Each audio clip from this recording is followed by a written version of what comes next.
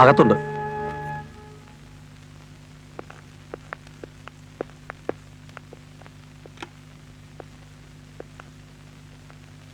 Mister Hariharan എവിടെ? എന്നോട് എന്തിനാ വരാൻ പറഞ്ഞത്? ഇവരൊക്കെ എന്താ ഇവിടെ? ഞാൻ പറയാം.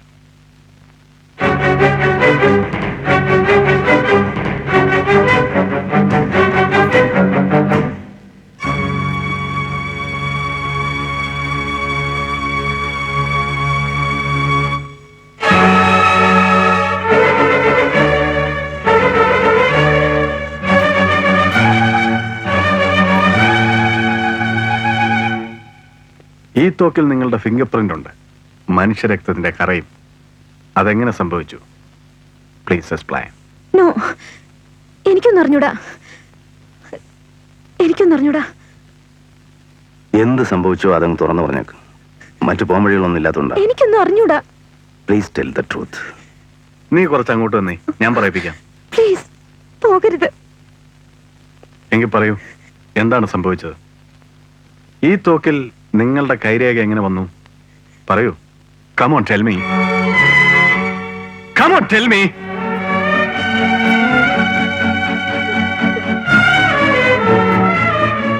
ഞാൻ പറയാം. രാജി പൈസയ്ക്ക് വേണ്ടി ചേച്ചിയെ വിളിച്ചത് എന്റെ മുറിയിലെ ഫോണിലൂടെ ഞാൻ കേട്ടു. പറഞ്ഞ 4 ദിവസം കഴിഞ്ഞു. പൈസയുമായി നേരെ കുറുമ്പത്ത് റോഡിൽ വലതുവശത്ത് കാണുന്ന ആദ്യത്തെ വീട്ടിൽ വരിക. അതൊരു 2 നില കെട്ടിടമാണ്. ഒരിക്കലും മിസ്സാവില്ല. വന്നില്ലെങ്കിൽ അച്ഛനെ കുറിച്ചുള്ള രഹസ്യം മുഴുവൻ നാളെ നാട്ടിൽ പാട്ടാവും. പൈസ ഇതുവരെ ശരിയായിട്ടില്ല. അല്പം കൂടി സമയം വേണം. ഇനി അവധിയില്ല. നാളെ രാവിലെ വരെ ഞാൻ കാക്കും. വന്നില്ലെങ്കിൽ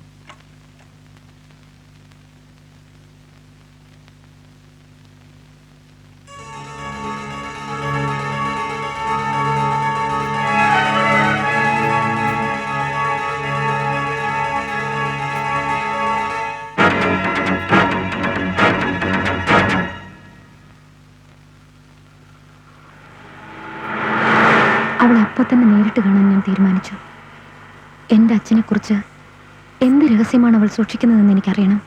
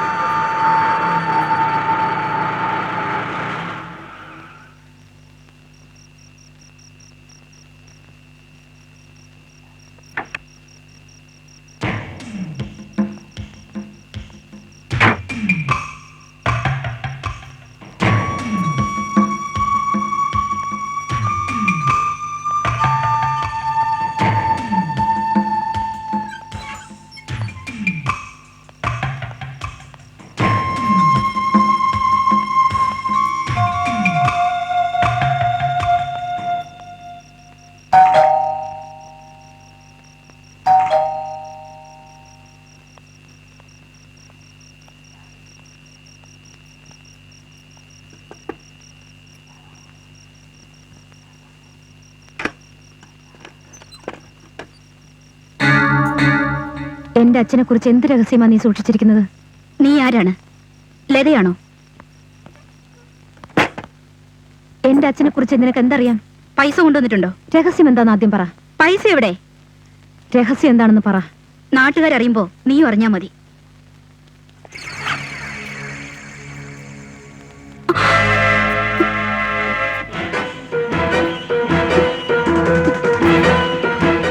പറയാതെ നിന്നെ ഞാൻ വിടൂല. ഞാൻ ചോദിച്ച പൈസ എവിടെ? ഒറ്റ ചില്ലി കാശ് ഞാൻ തരില്ല. മര്യാദയ്ക്ക് പറഞ്ഞു. എന്റെ അച്ഛനെ കുറിച്ച് നിനക്ക് എന്തറിയാം?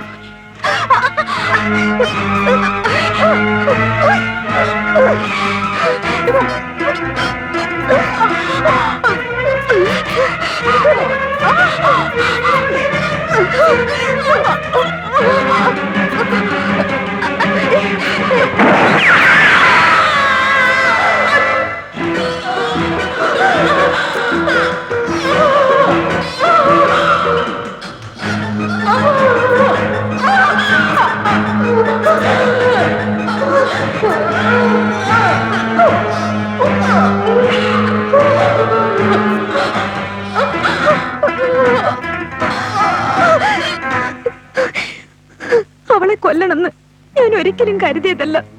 പിടിക്കും വലിക്കും ഇടയിൽ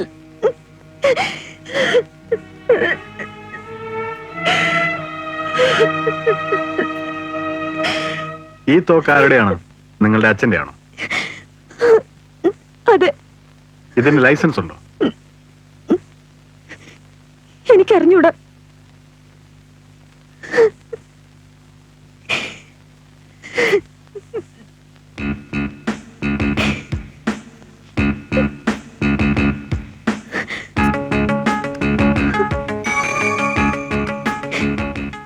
പ്ലീസ് രാജു, എനിക്കൊരു കാര്യം പറയാനുണ്ട്.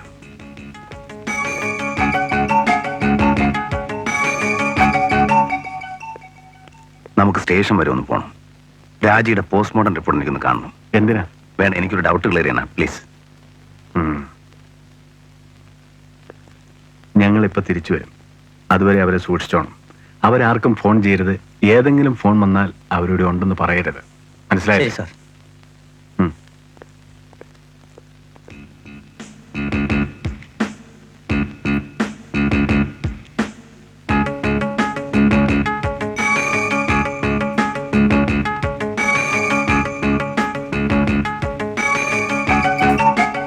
ഈ ബുള്ളറ്റ് ചങ്കി തെറിച്ചിട്ടാണല്ലോ രാജി മരിച്ചത്. അതെ. This bullet is for .38 revolver.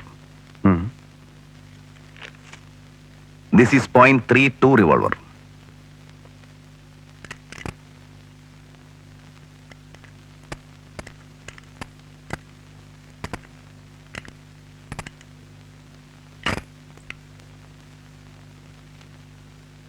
കണ്ടോ? ഈ ബുള്ളറ്റ് ഈ തോക്കി പോവില്ല. അപ്പൊ ഈ തോക്ക് ഉപയോഗിച്ച് രാജിയെ കൊന്നുവന്ന് മാലിന് പറയുന്ന നുണയല്ലേ? അവള് കുറ്റം സമ്മതിച്ചു കഴിഞ്ഞില്ലേ, പിന്നെന്താ? Don't talk like an idiot. നിനക്കിപ്പോ ഒരു പ്രതിയാണോ ആവശ്യം? ഒരുപക്ഷെ അവൾ 2 തോക്ക് ഉപയോഗിച്ചിരുന്നെങ്കിൽ. 12 തോക്കാണ് അവൾ ഉപയോഗിച്ചത്. ഞാൻ പോലും പറഞ്ഞാൽ കുറച്ച് അങ്ങനെയെങ്കിൽ ഈ .38 ബുള്ളറ്റ് എങ്ങനെ അവളുടെ ബോഡിയിൽ വന്നു? അത് എനിക്ക് അറിഞ്ഞൂടാ, നിനക്ക് അറിഞ്ഞൂടാ. So let us wait and see. അപ്പൊ ഞാൻ കൈ കിട്ടിയ പ്രതിയെ വെറുതെ വിടണോ എന്ന് ഞാൻ പറഞ്ഞില്ല. നീ ചാടി കയറി കേസ് ഒന്നും രജിസ്റ്റർ കളയരുത്. എടാ, പ്രതിയെ 24 മണിക്കൂറിനുള്ളിൽ മജിസ്ട്രേറ്റിന് മുമ്പിൽ ഹാജരാക്കണം. നിയമമുണ്ട്. നിയമമൊക്കെ എനിക്കും അറിയാം. 24 മണിക്കൂറല്ല, വേണമെങ്കിൽ 24 ദിവസം ഒരു പ്രതിയെ ഒരു റെക്കോർഡും കൂടാതെ നിങ്ങൾക്ക് ലോക്കപ്പിൽ വെക്കാം. ഒരു നിയമം അതിന് ബാധകമല്ല. ഇതുപോലെ എന്തെങ്കിലും അത്യാവശ്യ കാര്യം വരുമ്പോൾ പിന്നെ എല്ലാം നിയമത്തിന്റെ പുറത്തുകൂടെ ഓടും.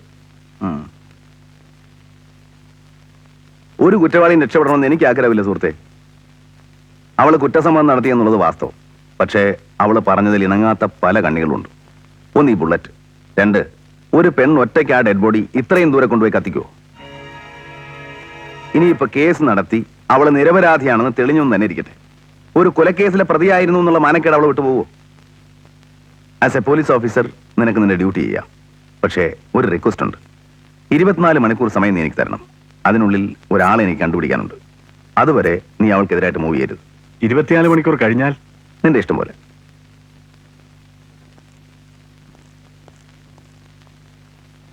കറുത്ത് തടിച്ച് കാലിൽ മുറിവുള്ള ഒരാളോ? അതെ. ഗോപി എന്നാണോ പേര്? പേരെനിക്കറിയില്ല. ഇതേ ക്ലിനിക്ക് വെച്ച് ഒരിക്കൽ ഞാൻ ആളെ കണ്ടിട്ടുണ്ട്. കാലിൽ കമ്പി കൊണ്ട് മുറിവേറ്റ ആളാണോ? അതെ. ആ, അത് ഗോപി തന്നെ. ഇപ്പൊ ഡ്രസ്സിങ് കഴിഞ്ഞ് അങ്ങോട്ട് പോയതേ ഉള്ളൂ. 5 മിനിറ്റ് ആയി കാണും. അയാളുടെ അഡ്രസ് എന്താ? അയാളുടെ വ്യക്തമായ അഡ്രസ് ഒന്നും അറിയില്ല. ആ റെയിൽവേ സ്റ്റേഷനടുത്ത് ഏതോ ഒരു കോളനിയിലാണ് താമസമെന്നറിയാം.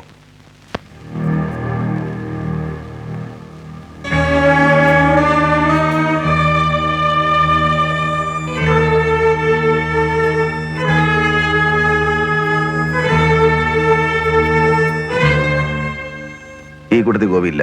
Are you sure? Yes. Come on. അയ്യോ, എന്റെ കാലേ!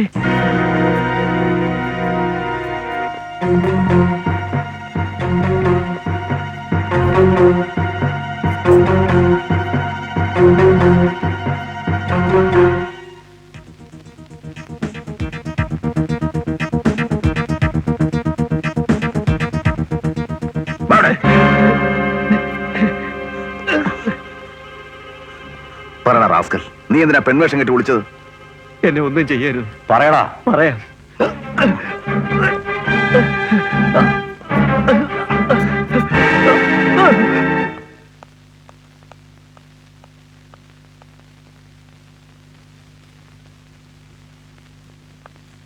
ഈ മാലിന്യം എവിടെ പോയിരിക്കുക? എവിടെ പോവാണെന്ന് അവൾ പറഞ്ഞില്ലേ? അവള് പോകുന്നത് ഞാൻ കണ്ടില്ല.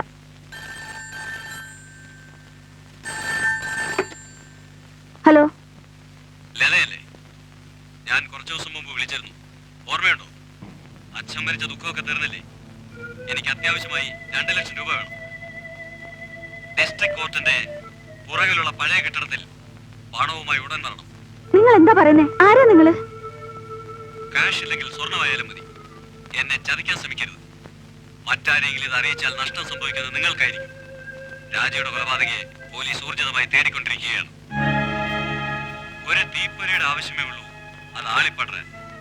ആ തീപ്പൊരിക്കുള്ള വകയൊക്കെ എന്റെ അടുത്തുണ്ടെന്ന് അറിയാമല്ലോ.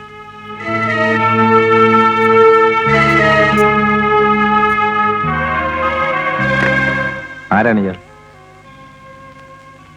അന്ന് വിളിച്ചത് ഇയാൾ തന്നെയാണോ? ഒരു കാര്യം തീർച്ചയാ, രാജിയുടെ കൊലയാളി ആരാണെന്ന് ഇയാൾക്കറിയാം. ഒരുപക്ഷെ ഇയാളാവാനും മതി. ലതയ്ക്ക് ധൈര്യമുണ്ടോ? ഉണ്ടെങ്കിൽ ഇയാളെ നമുക്ക് കയ്യോടെ പിടികൂടാം. എങ്ങനെ? ഇവിടെ പൈസ ഇരിപ്പുണ്ടോ? 2 ലക്ഷം രൂപ അയാൾക്ക് കൊടുക്കണോ? അത്രയൊന്നും വേണ്ട, കുറച്ചു മതി. കുറച്ചോ? അതെ, വഴിയൊക്കെ ഞാൻ പറഞ്ഞുതരാം. ഞാൻ പറയുന്നത് പോലെ ലത അനുസരിച്ചാൽ മതി. കുറ്റവാളിയെ പിടികൂടാൻ പറ്റിയ നല്ല അവസരമാണ്. അത് മിസ് ചെയ്തെന്ന എൻ്റെ അഭിപ്രായം. ലതയ്ക്ക് ഭയമാണെങ്കിൽ വരണ്ട, ഞാൻ ഒറ്റയ്ക്ക് വയ്ക്കോളാം. വേണ്ട, ഞാനും വരാം.